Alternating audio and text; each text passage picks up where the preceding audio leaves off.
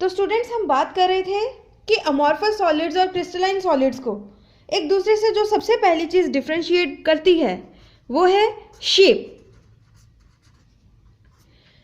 अब जो amorphous solids हैं, अमॉर्फस सॉलिड्स की शेप कैसी होती है? बड़ी ही इर्रेगुलर। अगर हम देखें तो अमॉर्फस सॉलिड्स में पार्टिकल्स की कोई भी डेफिनाइट अरेंजमेंट नहीं है। तो अगर उस हिसाब से देखा जाए तो उनकी जो शेप है बड़ी इरेगुलर है। जैसे कि किसी स्टोन की हमें पता है इरेगुलर शेप होती है, रबर हो गई, तो उसको भी हम मोल्ड करते हैं, उसकी कोई डेफिनाइट शेप नहीं है। जैसे कि सोडियम क्लोराइड क्रिस्टल की एक डेफिनाइट शेप होती है। हम जैसे शेप की बात करें तो उसमें आएंगे क्या? क्यूब्स, क्यूबॉइड्स, आप समझ रहे हैं, जो कि एक ज्योमेट्रिकल शेप्स होती हैं। क्रिस्टलाइन सॉलिड्स की एक ज्योमेट्रिकल शेप होती है जो उसका एक बहुत बड़ा कैरेक्टरिस्टिक है। लेकिन अमॉर्फस सॉलिड्स में कोई भी डेफिनाइट शेप नहीं होती है, इट हैज इनडेफिनाइट शेप। दूसरी बात, अगर हम क्रिस्टलाइन और अमॉर्फस सॉलिड्स के मेल्टिंग पॉइंट्स को डिस्कस करें तो अमॉर्फस सॉलिड्स का मेल्टिंग पॉइंट शार्प नहीं होता है, जिसका मीनिंग ये है कि अगर हम उन्हें मेल्ट करने की कोशिश करेंगे टेम्परेचर प्रोवाइड करने पे तो amorphous solids will melt at a range of temperature. अगर हम रबर की ही बात करें तो इसको मेल्ट अगर हम करेंगे तो किसी x से लेके y टेम्परेचर के बीच में मेल्ट होगा।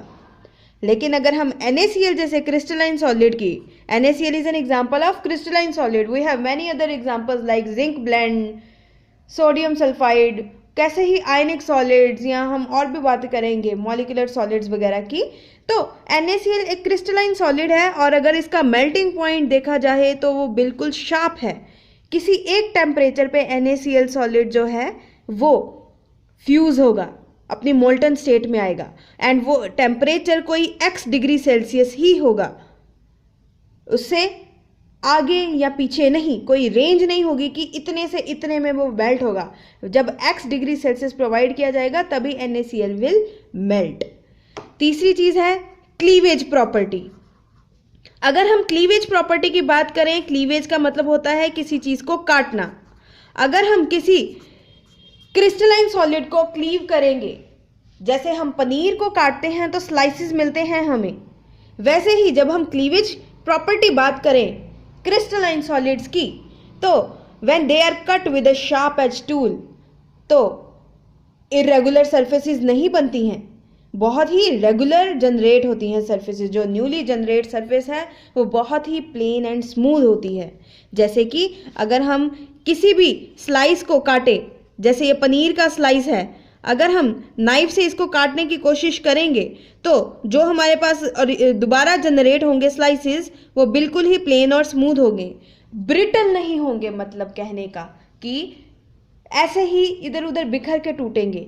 लेकिन अगर हम किसी अमॉर्फस सॉलिड को तोड़ते हैं, जैसे अगर हम किसी क्वार्ट्ज ग्लास को, जो कि अमॉर्फस सॉलिड की एग्जांपल है, अगर हम उसकी क्लीवेज प्रॉपर्टी की बात करें तो वो बहुत ही ब्रिटल तरीके से टूटता है। Next is heat of fusion. किस एनर्जी पे वो अपनी सॉलिड स्टेट से लिक्विड स्टेट में आते हैं, वो किसी भी सॉलिड की हीट ऑफ फ्यूजन कहलाते हैं। अगर हम हीट ऑफ फ्यूजन की बात करें तो क्रिस्टलाइन सॉलिड्स का डेफिनाइट हीट ऑफ फ्यूजन होता है।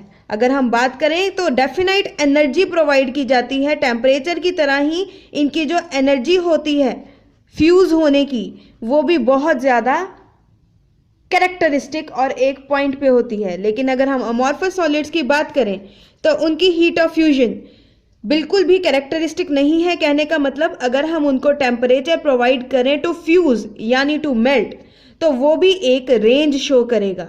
It will not be a specific energy point जिसपे अमॉर्फस सॉलिड्स क्या करेंगे, वो अपने सॉलिड से लिक्विड स्टेट में आएंगे। नेक्स्ट अगर हम बात करें पॉइंट की आफ्टर हीट ऑफ फ्यूजन तो that will be anisotropy. अब एन आइसोट्रोपी वर्ड को समझना बहुत जरूरी है। आइसो का मतलब है same, tropy means direction, and N means no. Anisotropy basically क्या है? No same direction. अगर हम क्रिस्टलाइन सॉलिड की बात करें, इसको समझने की कोशिश करें हम, तो ये प्रॉपर्टी, अगर हम सपोज करो NaCl सॉलिड ले लेते हैं ये, तो हमें पता है NaCl में कैटाइंस का साइज छोटा होता है एनाइन से। तो मैं जरा सा इसको बोल्ड कर देती हूं। ये दोबारा हमारे पास कैटाइन है और दोबारा हमारे पास एनाइन है। तो कैटाइन के दोनों साइड्स एनाइन होगा।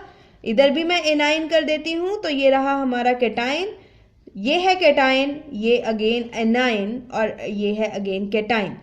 बेसिकली जो बात मैं आपको समझाने की कोशिश कर रही हूं वो ये है कि अगर हम क्रिस्टलाइन सॉलिड NaCl की बात करें, तो उसमें अगर हम इस डायरेक्शन में देखें तो हमारे पास सबके सब सोडियम कैटाइंस आएंगे। अगर मैं इस डायरेक्शन की बात करूं तो हमारे पास सबके सब सोडियम क्लोरीन एनाइंस आएंगे, Cl नेगेटिव एनाइन। अगर मैं वर्टिकल डायरेक्शन की बात करती हूं तो मेरे पास ऑल्टरनेट कैटाइंस और एनाइंस आते हैं। तो एनआइसोट्रॉपी का मीनिंग यहीं से क्लियर हो जाता है कि ट्रॉपी यानी direction, an many no, iso mean same, कि इनकी हर पार्टिकल की अरेंजमेंट हर डायरेक्शन में सेम नहीं है। अगर मैं डायरेक्शन ये लेती हूं तो मुझे सिर्फ कैटाइंस मिलेंगे, डायरेक्शन ये है तो एनाइंस। अगर डायरेक्शन वर्टिकल है तो मुझे ऑल्टरनेट कैटाइंस और एनाइंस मिलते हैं। यानी क्रिस्टलाइन सॉलिड में हमें एनआइसोट्रॉपी देखने को मिलती है। और एनआइसोट्रॉपी देखने को मिलती है, इसका मतलब क्या है कि जैसे कि मैं रिफ्रैक्टिव इंडेक्स जैसी चीज की बात करूं, या मैं और भी कोई एग्जांपल हो जैसे रेजिस्टेंस की बात करूं, इलेक्ट्रिकल रेजिस्टेंस, उन दोनों की वैल्यूज, कोई भी फिजिकल प्रॉपर्टी की अगर मैं बात करूं, इलेक्ट्रिकल रेजिस्टेंस हो या रिफ्रैक्टिव इंडेक्स हो या कोई भी फिजिकल प्रॉपर्टी हो, क्रिस्टलाइन सॉलिड्स के केस में वो डिपेंड करेगी कि हम किस डायरेक्शन में उसको मेजर कर रहे हैं या हम किस डायरेक्शन के अलोंग पॉइंट कर रहे हैं। लेकिन अगर मैं